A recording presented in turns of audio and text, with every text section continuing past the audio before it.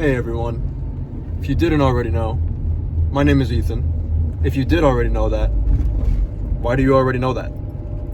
It's kind of weird. Keep that to yourself.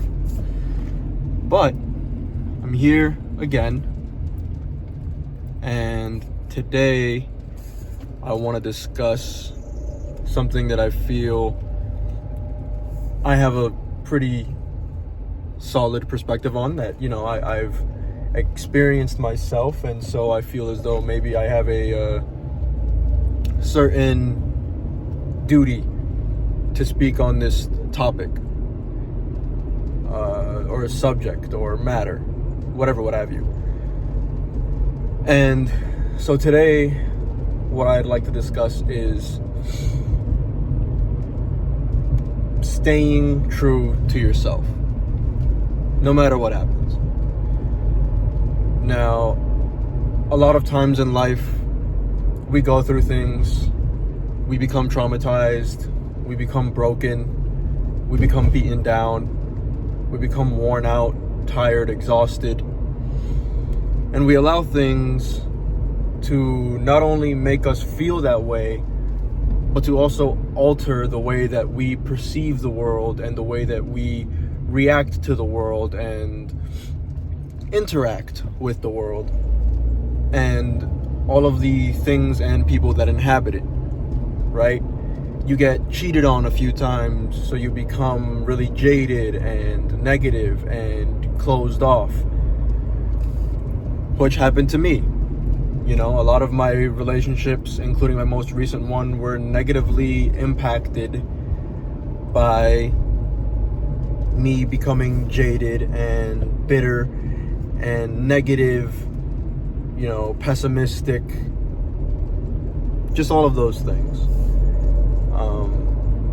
And I wasn't just that way in relationships either. I was kind of that way in life in general. I saw the negative in everything. I anticipated disappointment at every turn, at every corner. I almost said torner. That's crazy. And so you kind of have to remember who you are in those moments. It's kind of like when people tell you, once you get rich, stay humble, don't forget where you came from. And the same thing can apply to your personality in daily life. Just because you become beaten down and broken and worn out and tired and exhausted and just traumatized and so on and so forth, does not mean you should let it make you forget who you are and where you started out and where you came from. And it should not change who you are. If you're a loving, caring, kind-hearted person, continue to be that way. I feel as though it's kind of your responsibility to continue to be that way, no matter what life throws at you. The world has enough, pardon my language, assholes as it is. So, in a world full of them, why would you want to be another one? Be the light in everyone's life. Make it so that everyone who has ever encountered you leaves with a positive experience. Even if they didn't necessarily leave you with one, at least you left them with one. At the end of the day, that's all that matters, right? People can mistreat you all they want. People will mistreat you. That's life.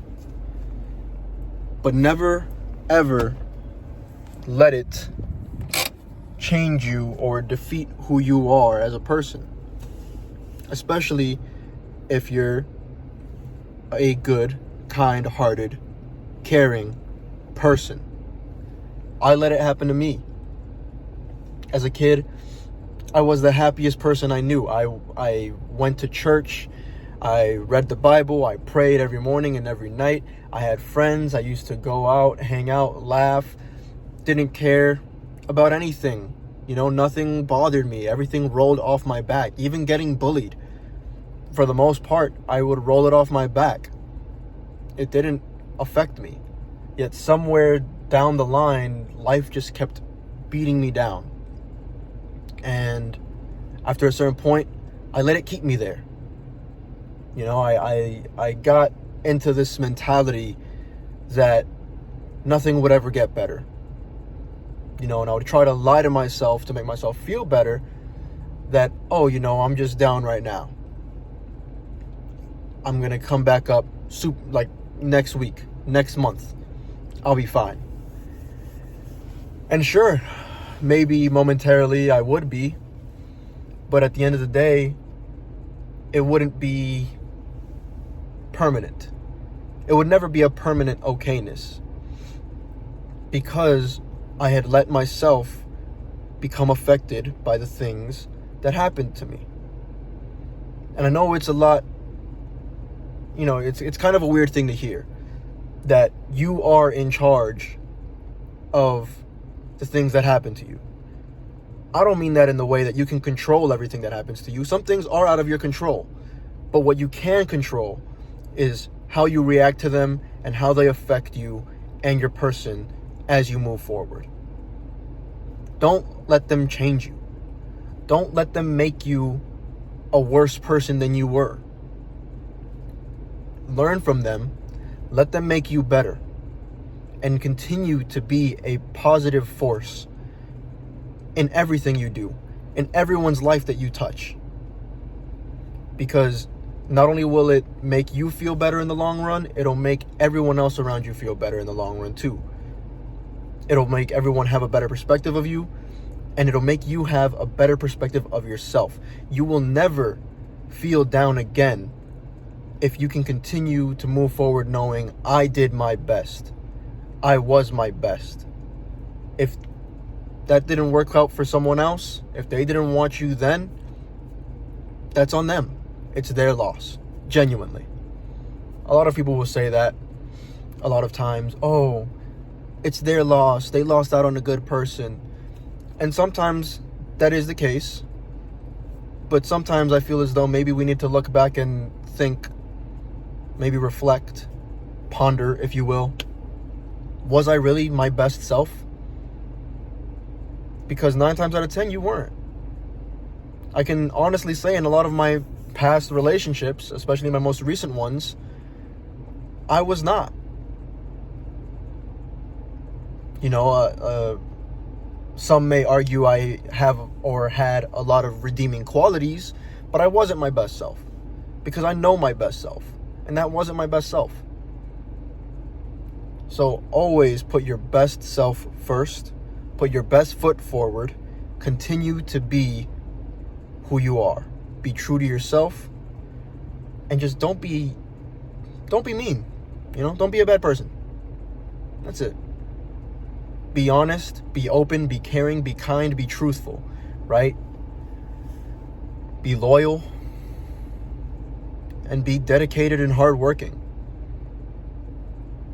May not, you know, feel like it right now, but it'll get you so much further than being pessimistic and negative and jaded and bitter and cold and disconnected. Be warm. You know, be open. Be vulnerable. I genuinely was closed off for so long that now I go and I watch even just like a kid's movie and I find myself breaking down and crying because I've finally allowed myself to start being vulnerable again. And does it freak me out? Yeah, a lot, because I was always the person that I didn't cry ever for anything. But I guess bottling up my emotions for so long just resulted in kind of an overflowing of it. So I'm sure I'll balance back out over time. Eventually I'll reach a point where I cry at things that deserve me crying for, and won't cry for the things that are just like, okay. Because, like, why am I watching Jujutsu Kaisen and crying? It's not to say that Jujutsu Kaisen doesn't have its moments, you know, because anyone who watches Jujutsu Kaisen knows it's got its moments. But, yeah, you know, I've always been a pretty stoic person, I think. But then again, maybe that was also me lying to myself. Maybe I wasn't ever supposed to be stoic, and I just let life make me that way. Just like I know I wasn't ever really introverted, but I let life make me that way. You know, as a kid even, never really was much of a homebody, but I let life make me that way. And now that I'm on this journey, oddly enough, I find myself reverting back to that state where I feel weird being so introverted and not having friends, you know, and I feel weird staying home all day. You know, don't get me wrong, I love a good, you know, cuddle and watch a movie, cuddle and watch a show, but for the most part, I like to be out and about, man. I like to be up and moving. When I'm not moving, I'm miserable. And it was always that way too, so that's why I'm kind of convinced that maybe I genuinely just never was meant to be an introverted homebody, at least not to that extent. But yeah, I hope anyone watching this goes on that journey to kind of rediscover themselves a bit and starts being a little bit more honest with themselves, because it'll probably help you out a lot. And as always, if anyone is ever feeling this way, feeling depressed, miserable, lonely, you are not alone. My social media accounts are always in the description of every video. You can always reach out to me, day or night, 2 a.m. even. I'm probably up anyways. I will respond. Just let me know. I'll be here. You are not alone. You are never alone. And with that said, see you tomorrow.